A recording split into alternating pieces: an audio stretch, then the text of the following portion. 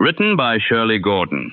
This June 8, 1952 broadcast of The Whistler brings private detective Max Tyler into a case involving Bradley Townsend and a suspicious wife. Tyler is hired to follow Townsend, but the assignment takes a personal turn when the man he is trailing is found to be seeing Barbara Allen, Tyler's own girlfriend. Larry Dobkin, Bill Foreman, Joseph Gilbert, Herbert Litton, Alice Reinhardt, and Les Tremayne are featured in this Signal Oil presentation on the CBS Pacific Network. From episode number 523, here is Man in the Way. We now take you back to the original broadcast. And now stay tuned for the mystery program that is unique among all mystery programs. Because even when you know who is guilty, you always receive a startling surprise at the final curtain.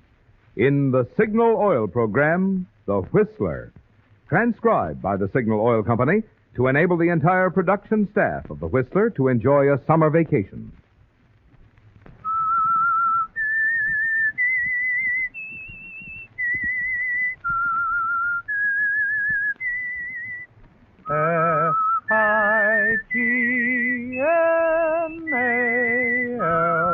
Signal, Signal gasoline. Signal, the famous Go Farther gasoline, invite you to sit back and enjoy another strange story by The Whistler.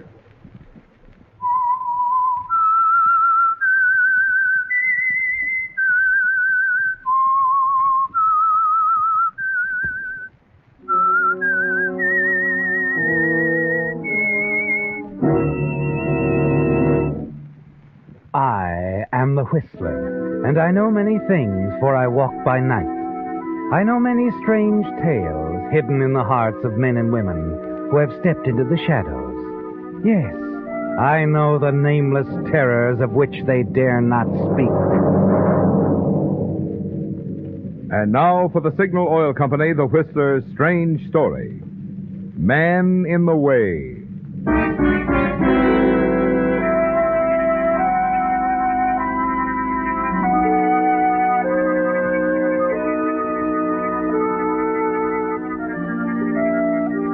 It was night, but even with the protection of darkness, Max Tyler crouched low on the apartment house fire escape. He was tense, alert, ready to run. And suddenly it happened. A window thrown up, an angry shout. Hey, what are you doing? Leaving. Come back here. Helen, there was someone out there. Watch it. Wait, you! Wait!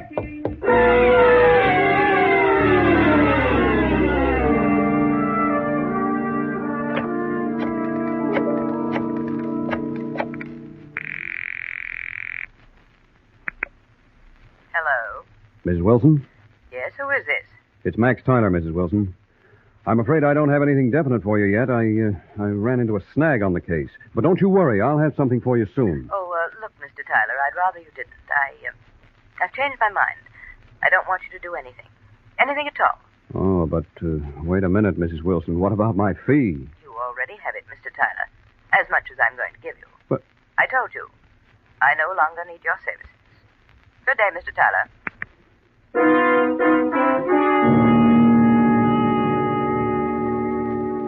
A phone clicked, and Max Tyler, private detective, isn't talking to anybody anymore. You can guess what's happened, too, can't you, Max? Yes, the suspicious wife in the case has done a better job of detecting than you have. And you're through. Another phone number that you can forget. There's only one phone number that you can count on anymore, isn't there, Max? You find yourself writing that special number on your desk pad, thinking that it deserves to be framed. The magic combination of numbers that means your girl. You reach to dial her number and stop as the door to your office opens. Well, hello. Hello? Mr. Max Tyler? Yes, that's right. Can I do something for you? I hope so. I can pay you quite well. For doing what? A simple job. For you. One that I'm sure you're most familiar with. Mm-hmm. I think I get the picture. Do you know who she is? No. I'm not even sure there is a she. There's always a she. I mean, when things get this far. What do you mean, this far? Far enough for you to search out a private detective, tail your husband? That's it, isn't it? You'll do it? It's not the kind of work I like to take. I'm able to afford the kind of fee I'm sure you'd like to take. That can make a difference. $100 a day. That's double what I understand is the customary reimbursement for a service of this sort. Plus expenses. And they sometimes run high. Plus expenses. 100 in advance. Where do you live? What's your husband's name? And where does he work? The name is Townsend, Bradley Townsend. Our address is 12 Wickton Drive. My husband doesn't exactly work anyplace. I mean, he has some interests, some investments and so forth. Looks to me like he does pretty well.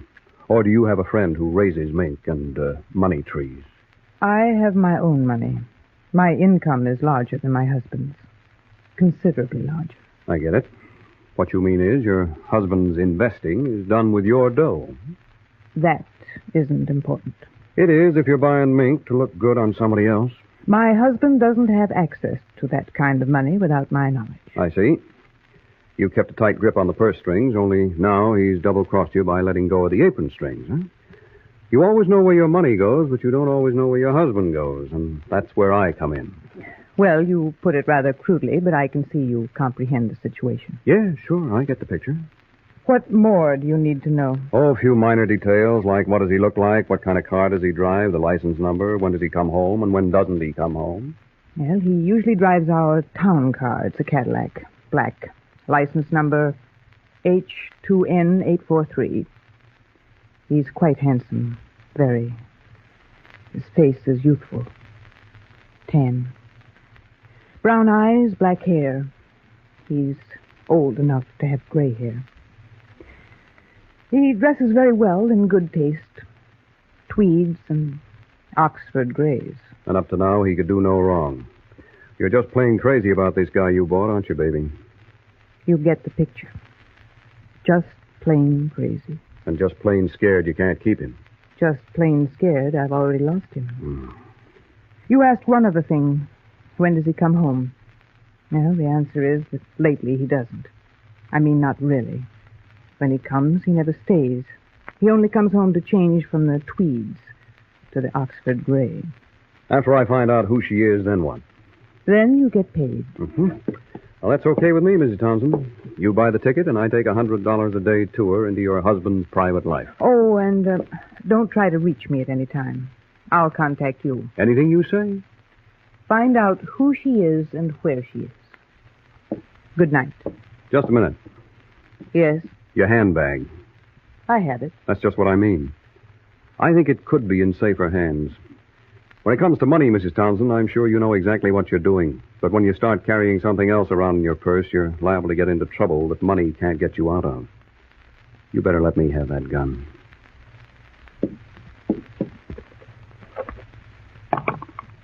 That's better.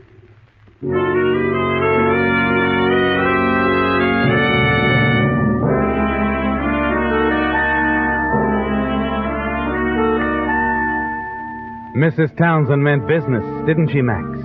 But you want to keep your client out of trouble. And so now the gun she carried is in your pocket, out of harm's way. And you're ready to start a day's work, or rather, a night's. You go to Townsend's residence at the address Mrs. Townsend gave you. Wait quietly outside. And soon the man who is nothing but a description in your notebook appears. You follow as he drives away in the big black Cadillac with the license number you jotted down. The trail leads to a nightclub downtown. Park. And then wait. And then follow Mr. Bradley Townsend inside and casually approach the maitre d'. Good evening, sir. Your pleasure? Could I have that table right over there? The one just across from the gentleman being seated? Certainly, sir. One moment. Chris. Yes, sir? Table 5 for this gentleman. Right. Thank you. Thank you, sir.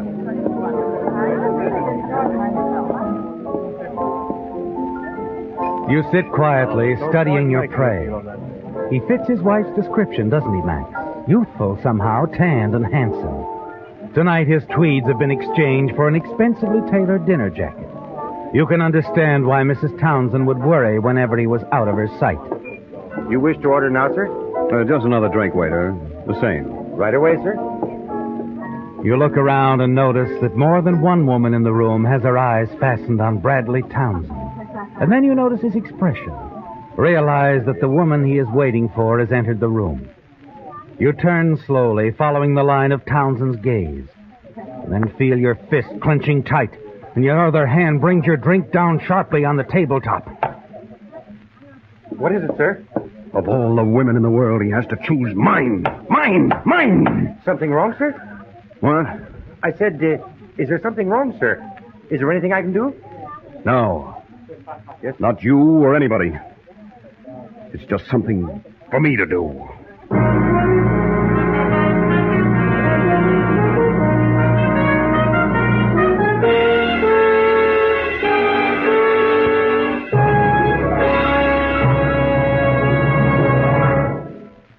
You know, friends, in addition to being summer, this is also the time of year when more and more drivers switch to Signal, the famous Go Farther gasoline.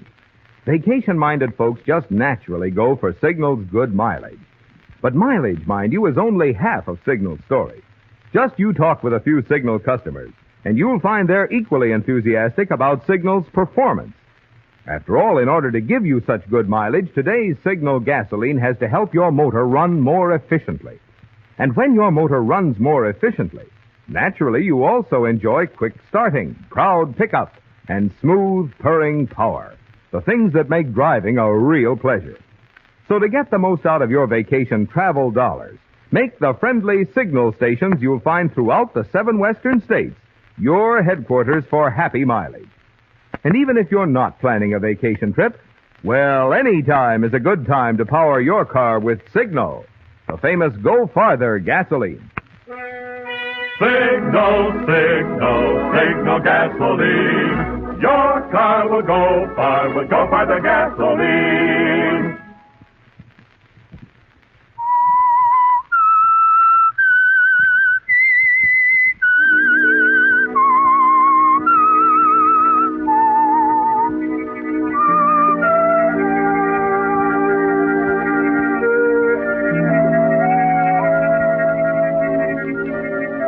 It's a terrible shock, isn't it, Max? Seeing the man you were hired to follow in the company of the girl you love. You've never liked surprises, and this one is almost too much to bear, isn't it? You leave the nightclub, wait outside, your mind spinning with hate and confusion. Then you leave and drive to the apartment building where Barbara lives and go straight to her apartment on the 2nd floor. You take your key ring from your pocket and select one of the most important tools of your trade, a master key, and quietly open a door. Then close it carefully after you enter. You walk across the living room to the leather davenport near the window. Finally, after what seems like hours, you hear a key in the door. Here we are. Had a wonderful time, Brad. Glad you did. Barbara, Yes? you're a very beautiful woman. You know that. Do I? Come here. It's early yet, Brad. You could stay a while. Wait, I'll turn on the light. Thanks, baby, for turning on the light. I can take a better aim. Hello, Mr. Bradley Townsend. Max. Hello and goodbye. Max, you've killed me. You're crazy. Only about you, Barbara. What are you going to do now? That depends on you. Suppose you tell me.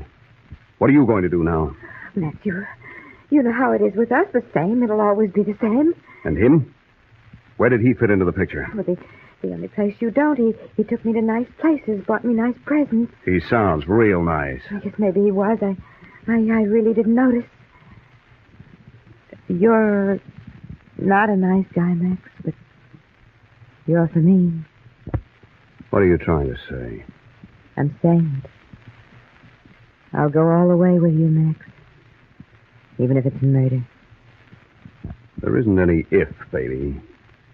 This is murder. Tell me what you want me to do. I got to play it dumb. That means you've got to play it smart. And I got to trust you.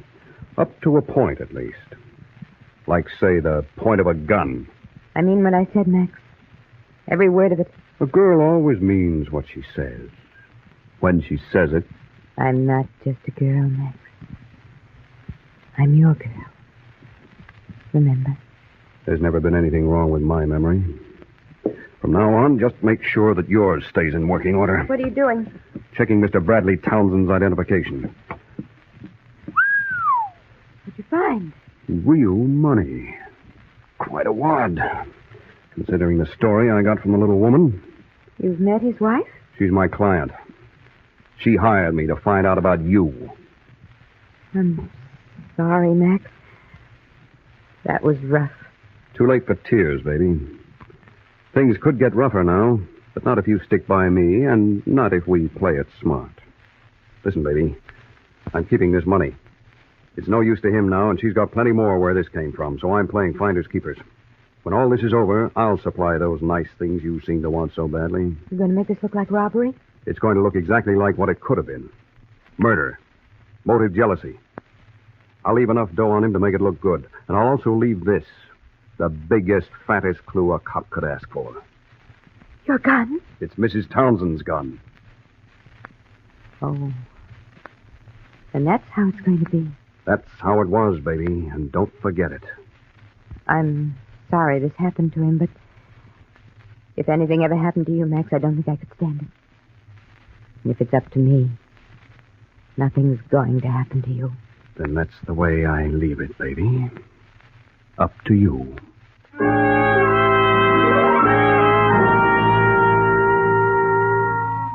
It's a bad situation, isn't it, Max? Having to depend on a girl who has already double-crossed you. But there is something on your side. Barbara knows you mean business. She can't help but know that after having seen you kill. Quickly, you rehearse her in the parts of the story that she can tell. A story you're certain will hold up if Barbara maintains it. You make her repeat it over and over and over again. Then, as she calls the police in response to your instructions, you hurry downstairs, slip out a back door of the apartment. The following day finds you in the office of Lieutenant Carter of Homicide. Your visit is voluntary. So is the information you provide. Well, that's the way I figured it, Lieutenant, but maybe I could be of some help to you on this case. Yeah, maybe you can. Only aren't you playing this a little out of character, Tyler? The way I remember it, you've got no use for police routine. How come this time you're asking for it? I'm not asking for anything, Lieutenant. This time I've got something to give. You can take it or leave it. Doesn't make any difference to me. Oh, we'll take it, Max. For whatever it's worth. I've only got facts to offer. Number 1, that Mrs. Bradley Townsend was a client of mine. Number 2, that she was jealous of her husband. And number 3, that when she came to my office, she had a gun in her possession. Those are the facts. You can add them up for yourself. Oh, not yet. Not until I have them all. Yes, sir? Bring Mrs. Townsend in, please. Yeah, perhaps your client can supply some of those missing facts. You think so, Tyler? Perhaps. If you know a fact when you see one. Isn't it sometimes hard to tell when you start asking somebody who might be the murderer? It's police routine to sort out the facts after we get them.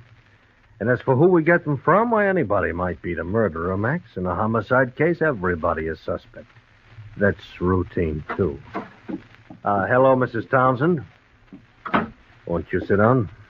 Thank you, Lieutenant. You know Mr. Tyler here. Yes, I know him. Now, Mrs. Townsend, what I would like you to do is to start at the beginning again and tell me your whole story. Oh, but I already have. I've told you all that I can. You insist you did not kill your husband. I could not kill my husband. I didn't even know where this Barbara Allen lived. Now, Barbara Allen claims you were hiding in her apartment when she and your husband returned from a nightclub. That you shot him deliberately as soon as she turned on the light. How could I have gotten into her apartment without a key? Oh, I don't know. But there are many ways. Maybe Miss Allen left the door open when she went out. Or maybe you happened to have a key that fit. There's lots of ways.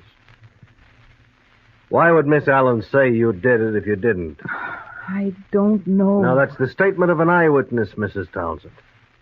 You admit you were jealous of your husband. You admit he was killed with your gun. I admit, as you put it, to everything that is the truth.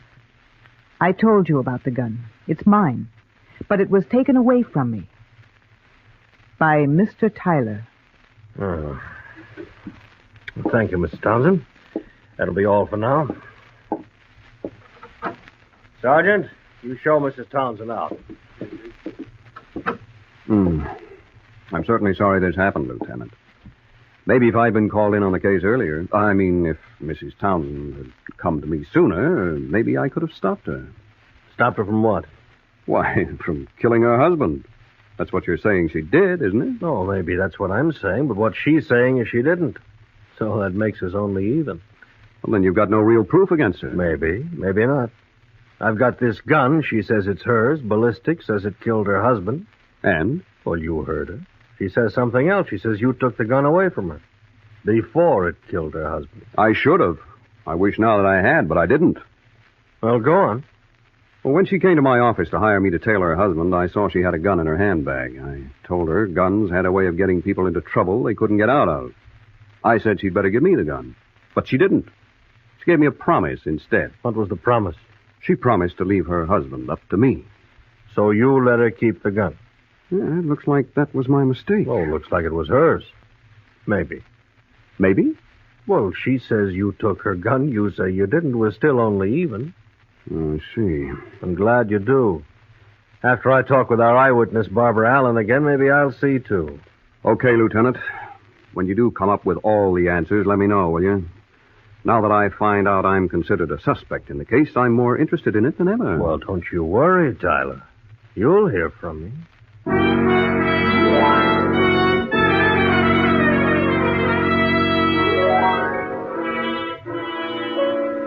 The lieutenant's not satisfied to have an open and shut case, is he, Max? You're sure he's out to polish his badge with a little personal glory. He probably figures if he doesn't do everything the hard way, he'll be labeled a dumb cop. And to you, that's just what he is, isn't he, Max? He represents the very thing that kept you from becoming a regular cop on the force. Police routine.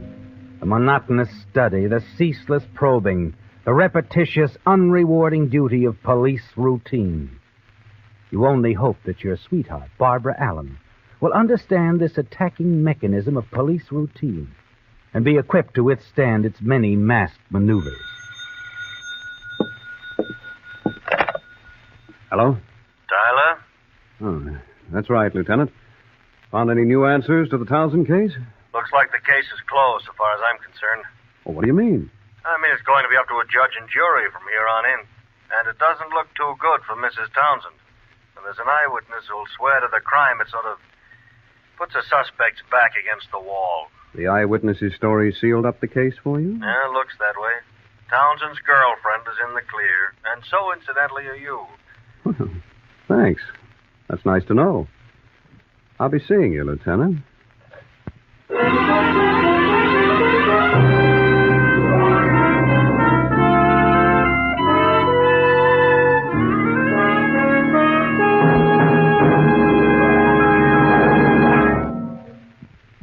This summer, when you start off on your vacation trip, it'll be mighty handy to have a good map in your car. And there's no map handier than the free one you'll find at Signal service stations. No need to squint to find where you're going on a Signal map. They're jumbo size for quick, easy reading. And no need to wrestle with them, getting them open or folded again. Signal maps have the latest accordion fold for more convenient handling. But that's only the beginning. In addition, Signal maps contain a guide to interesting places to visit, plus a traveler's radio guide, so you can follow your favorite programs as you travel, plus enlarged sections of metropolitan areas. And if you happen to need a street map to guide you in the larger cities of the Pacific Coast states, Signal stations have them free, too. In fact, whether you need a free map, some helpful advice, or a tank full of the famous Go Farther gasoline, you'll find that friendly, independently operated Signal stations have just about everything it takes to make your vacation driving or your everyday driving more pleasant.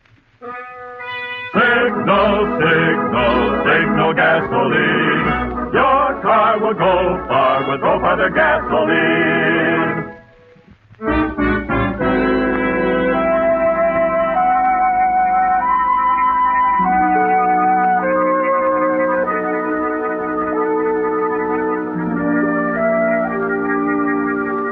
Yes, Max, things look good, don't they? The way you have it figured, you've a full house. You have your girl, your freedom, and a well-fed wallet, thanks to the late Mr. Bradley Townsend. So here in the safety and seclusion of your office, you take out the crisp new bills to feast your eyes on them. And in your preoccupation, you fail to hear your office door open. King was in his counting house counting out his money. Hello, Tyler. What's the matter, Lieutenant? You got such tender knuckles you can't knock on a door? Here, wait a minute, Max. Leave the money on the desk. Nothing's going to happen to it with a cop in the room. I figure the cop's not going to stay long. Look here, Lieutenant. You got no right to come busting into a private office, and keep your hands off my door. Now, what's worrying you? Don't private gumshoes come with their money honestly? Of course, I had no idea business was so good in your line. What's that crack for? No crack, Max. Hey, how about fixing us both a drink? It looks like you got some good stuff there. Help yourself. Oh, thank you. We'll toast the wind-up of the Townsend case. That's okay with me. I'm tired of it. Of course, in the Townsend case, you didn't exactly earn your dough, did you? What I mean is you said you never did get on Townsend's trail before he met his untimely end. I'd just been called in on the case. I hadn't had a chance to even get a line on the guy yet. Yeah, like I said, you didn't exactly earn your dough this time. Just what are you getting at, Lieutenant? Cherchez la femme, Max. And that means you never did find the woman either. The doll that Bradley Townsend was double-crossing his wife for, is that right? That's right. I didn't even have the chance to get a line on Townsend, so how could I find the girl? Why don't you just get to the point, Lieutenant? What's up? All right, Tyler, I'll explain it to you. I think you already know that when a dumb cop goes on a case, it's routine to check every angle. Even when a big clue stares him right in the face, like Mrs. Townsend's gun. Or even when he's got a convenient eyewitness, like Miss Barbara Allen. So? Well, this case was no different. I follow routine. I check every angle, including every line I can get on you. You won't find anything on me. I already found it. What do you mean? I tell you my slate's clean. Is it? Now, Max, if you never knew Bradley Townsend's girlfriend, how come you knew her telephone number? I didn't. I think you did. You wrote it down. Wrote it? Look, Lieutenant, you can't pin anything on me. You can't prove I knew that number. Oh, yes, I can. I admit it might be tough, Max, almost like magic, but I can do it even if I have to do it with mirrors. What are you talking about? On your desk here, you wrote down the number. You're guessing, Lieutenant. I write down lots of numbers, but I always throw them away. Ah, yes, but this time you made a mistake, Max. Before you threw this one away, you blotted that number on your desk blotter, you see? My blot? Barbara's phone number. Yeah, Barbara's phone number 12 times. Sort of says your own number is up. Right, Max?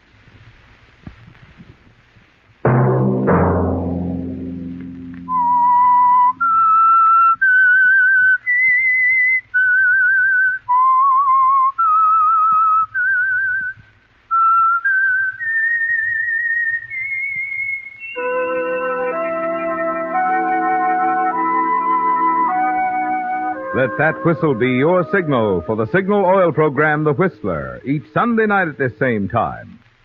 Meantime, Signal Oil Company and the friendly independent dealers who help you go farther with Signal gasoline hope you'll remember.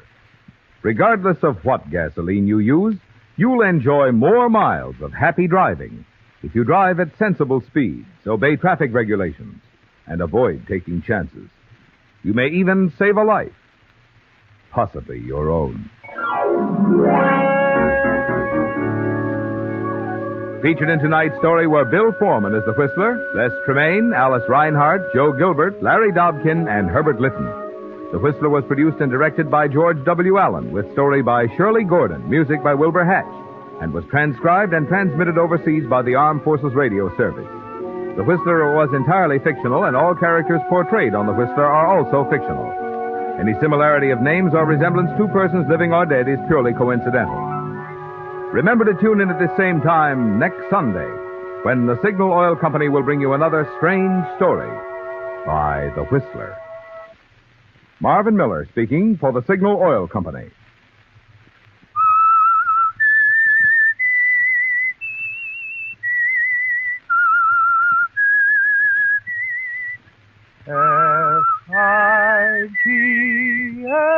S-I-G-N-A-L Signal gasoline.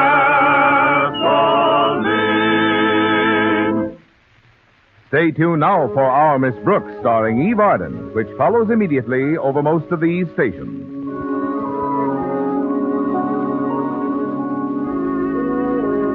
This is the CBS Radio Network.